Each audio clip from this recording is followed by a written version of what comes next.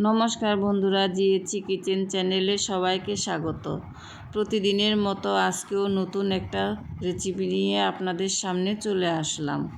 তো আজকে আমি রান্না করব কাতল মাছের দো পেঁয়াজা। তো কাতল মাছের দো পেঁয়াজা রান্না করার জন্য আমি প্রথমে মাছগুলো পরিষ্কার করে ধুয়ে নিয়েছি। এবার মাছগুলো হলুদ আর লবণ দিয়ে ম্যারিনেট করে নেব। তো প্রথমে লবণ দিয়ে দিলাম, হলুদ দিয়ে দিলাম, লঙ্কার গুঁড়ো দিয়ে দিলাম। এবার মাছগুলো ভালো করে ম্যারিনেট করে নেব। তো মাছগুলো ম্যারিনেট করা হয়ে গেছে।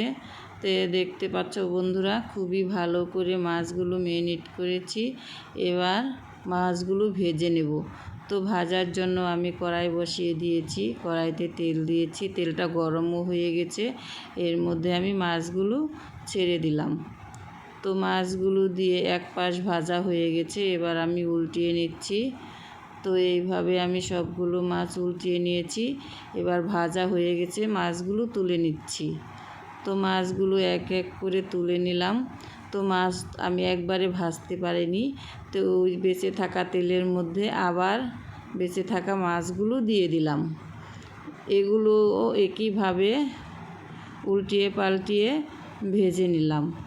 এই মাছগুলো আমার ভাজা হয়ে গেছে, আমি তুলে নিচ্ছি। তো এইভাবে সবগুলো মাছ আমি ভেজে নিয়েছি। তো সবগুলো মাছ আমার ভাজা হয়ে গেছে। তো দেখো বন্ধুরা, মাছগুলো আমি খুব সুন্দর গোল্ডেন কালার করে ভেজে নিয়েছি। আর এখানে আমি মাছ রান্না করার জন্য আদা ছুলে নিয়েছি, পেঁয়াজ কেটে নিয়েছি, রসুন ছাড়িয়ে নিয়েছি, এখানে লঙ্কা আর ধনেপাতা নিয়েছি। এবার আদা রসুন পেঁয়াজটা একটু পেস্ট করে নেব। তো পেস্ট করার জন্য আমি একটা মিক্সিং জারে পেঁয়াজ দিয়ে দিলাম, আদা দিয়ে দিলাম, রসুন দিয়ে দিলাম। তো পেস্ট করা হয়ে গেছে। এবার বেঁচে থাকা তেলের মধ্যে আবার আমি তেল দিয়ে একটু নেড়ে চেড়ে এর মধ্যে আমি শুকনো লঙ্কা, তেজপাতা আর জিরে ফোড়ন দিয়ে দিলাম। ফোড়নটা লাল লাল হয়ে গেলে এর মধ্যে আমি পেঁয়াজগুলো দিয়ে দিলাম। তো পেঁয়াজগুলো দিয়ে একটু নেড়ে চেড়ে গোল্ডেন কালার করে ভেজে নেব। তো পেঁয়াজগুলো ভাজা হয়ে গেছে, এর মধ্যে আমি টমেটো কুচি দিয়ে দিলাম। টমেটো কুচি দিয়ে আবার নেড়ে চেড়ে ভালো করে ভেজে নেব। এর মধ্যে আমি পেস্ট করা মশলাটা দিয়ে দিলাম। পেস্ট করা মশলাটা দিয়ে আবার নেড়ে চেড়ে একটু কষিয়ে নেব।